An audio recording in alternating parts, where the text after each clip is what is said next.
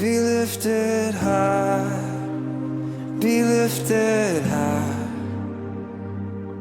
for your glory. Hey guys, Midweek Refuel. Tonight we are on John chapter 10, and this one was really good for me. It was um, just challenging on a number of levels. He's going to be speaking about the true shepherd, and as we will see, he's speaking about himself, but I think it's also a challenge to leaders um, in terms of how we get our authority.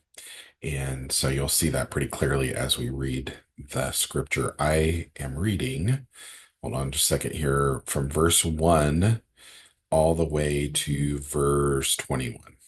So a decent amount of verses, but you'll see why we're cutting it off at that section. So let's start.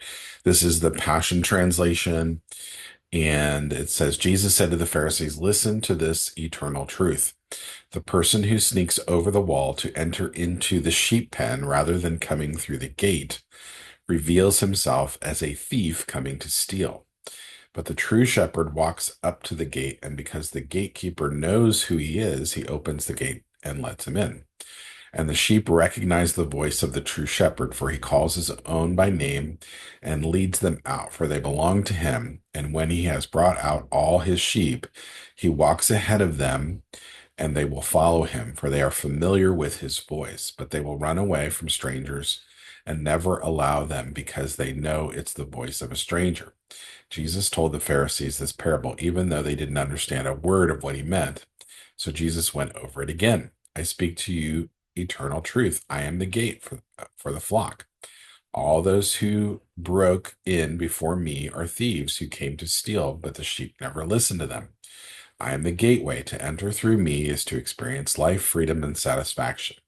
A thief has only one thing in mind. He wants to steal, slaughter, and destroy, but I have come to give you everything in abundance, more than you expect.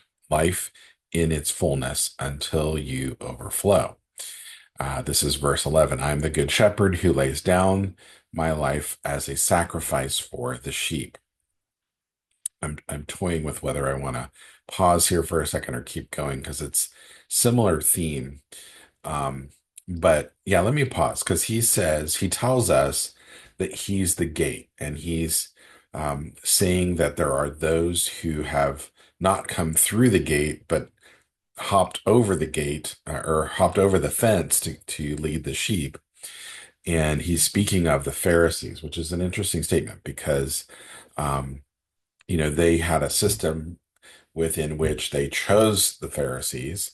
I think we have a system even in our present day, whether you're a part of a denomination and you take the required testing or you go through the right classes to become ordained. Um, I'm not saying those things are bad, but I am saying that what Jesus is saying here is that the first and most important thing is if God has called you to do that in that specific function.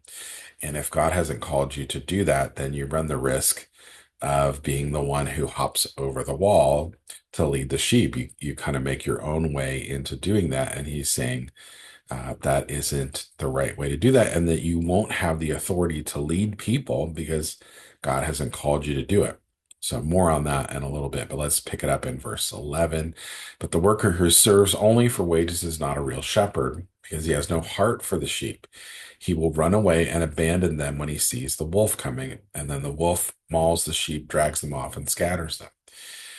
I alone am the good shepherd. I know those whose hearts are mine, for they recognize me and know me. Just as my Father knows my heart, I know my Father's heart, and I am ready to give my life for the sheep.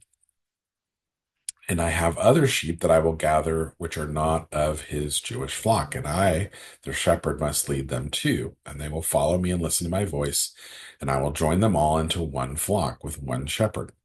The Father has an intense love for me because I freely give my own life and raise it up again. I surrender my own life, and no one has the power to take my life from me. I have the authority to lay it down and the power to take it back again. This is the destiny my Father has set before me. This teaching set off another heated controversy among the Jewish leaders. Many of them said, "This man is a demon-possessed lunatic. Why would anyone listen to a word he says?" But then there were others who weren't so sure.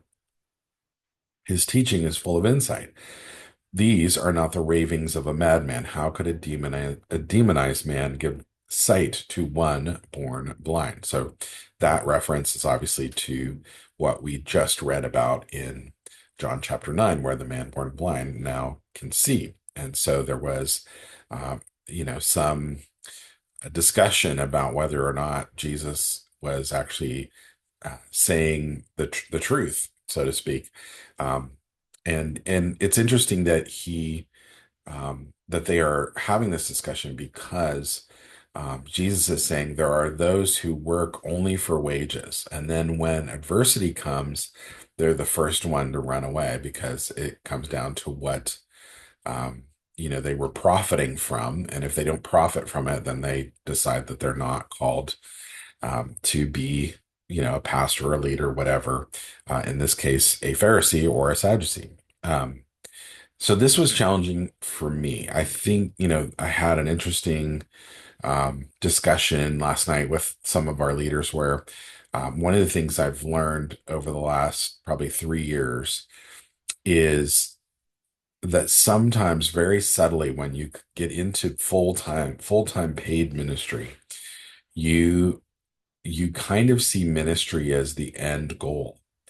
And, if someone came to me previous to this, when I had that as my end goal, um, I would have said, well, of course, people are the product, like, that's what we're doing, but you're trying to get people to jump in on your vision and your mission. And a lot of what we were doing in church was affected by leadership principles that we read in leadership books.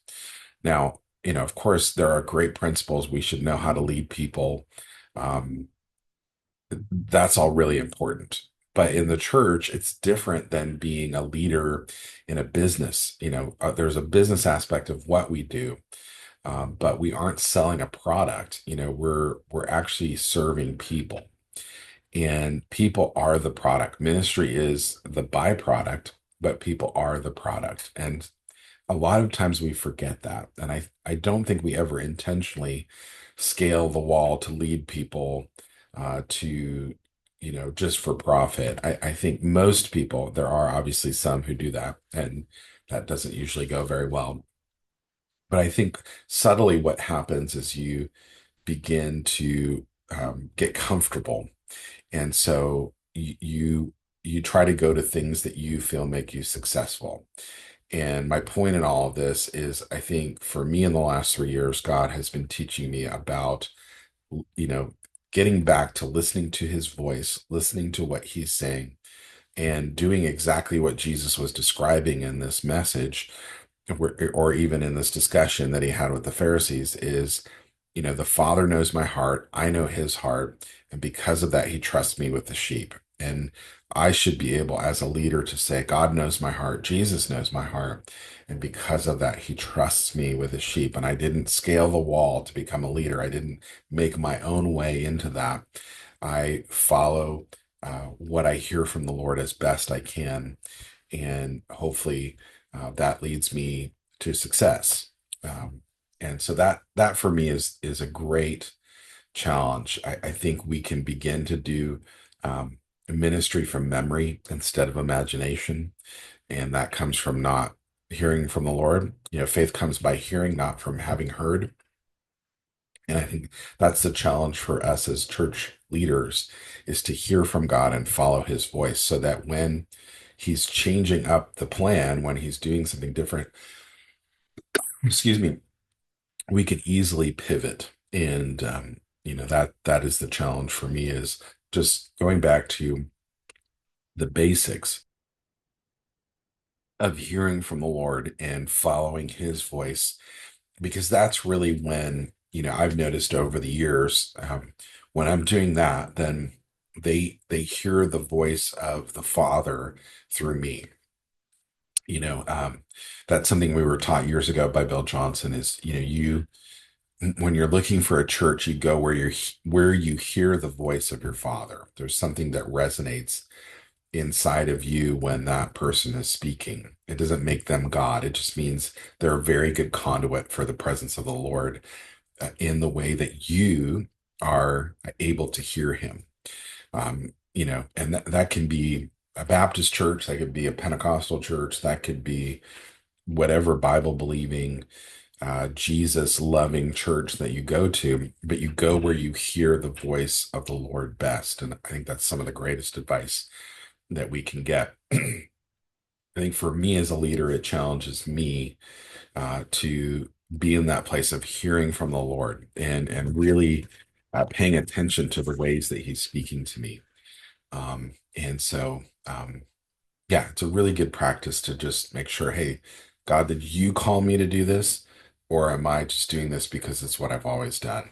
And there's lots of that going on in my process right now. Hopefully for you too. So as we are learning and growing and changing and becoming who God has created us to be, we can pursue the heart of God with boldness and confidence, as Hebrews says, and we can hear from the Lord. And that's really the challenge that Jesus was issuing to the Pharisees. Are you a leader because you have the position, or are you the leader because you have permission? Is there permission from God first and foremost, and then permission from the people who are listening to you? And so those are the main important points in terms of the true shepherd. A couple of characteristics that a true shepherd has is he'll lay down his life for the sheep. He does not run when there's adversity, and he doesn't run when there's a better offer, right? If there's a better opportunity. The point is, what is God saying? There have been times over the years where I've had other opportunities, but I've known that God called me here. And it doesn't mean that just because there's an opportunity, it's something I'm supposed to jump at. And so I think that's what I'm learning as a shepherd, is to pay attention to what God's saying and follow his lead. So don't want to be redundant on that, but super important. Laying down your life for the sheep. Again, if ministry is your focus, people become a byproduct, and then they annoy you because you have a great work for God that you're doing. Well, they are the great work for God, right? We're building big people, not just big buildings and organizations. And I think sometimes we forget that. So important points that Jesus is making here. And also I think it's not just when adversity comes in terms of people coming against you, but also when there's challenging seasons. Sometimes in those challenging seasons we go into self-protect mode, and so we don't want to go through that challenging season, so we say, okay, well, maybe God didn't call me to do that. And that resonates with me more than just church stuff. There's personal stuff that hits me right in the heart, that I'm growing and learning about staying with the program. What was God's original word to you, and follow that word. um The second thing I kind of touched on already was, how do the sheep recognize the shepherd? And that is through his voice.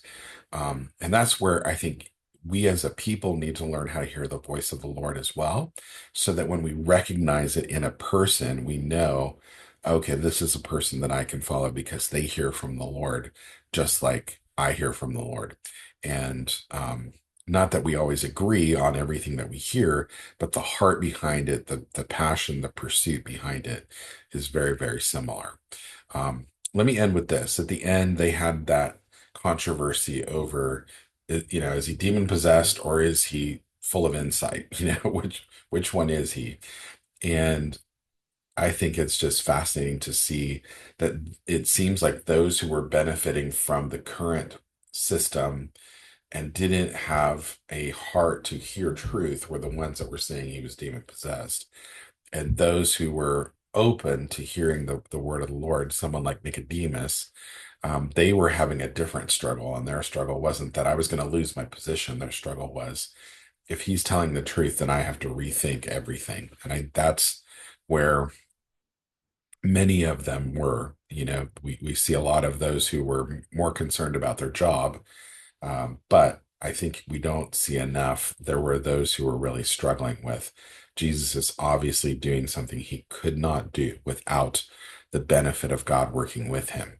And so, it was challenging their theology and their understanding, which is why Jesus said that you had to repent, change how you think in order to receive the kingdom. And there is no difference with us if we're going to receive the kingdom, particularly in the day and the time in which we live, because there is so much stuff that is seemingly are things we can't count on, and things that we used to be able to count on, we can't count on. And the reality is, we could never count on them before. It's always been about Jesus. But now we're being given a great opportunity to build our trust in him and to grow even more than we ever thought, excuse me, was possible. All right, that's it. That's John chapter 10, 1 through 21. And we'll talk to you again next week. Be lifted high, be lifted high.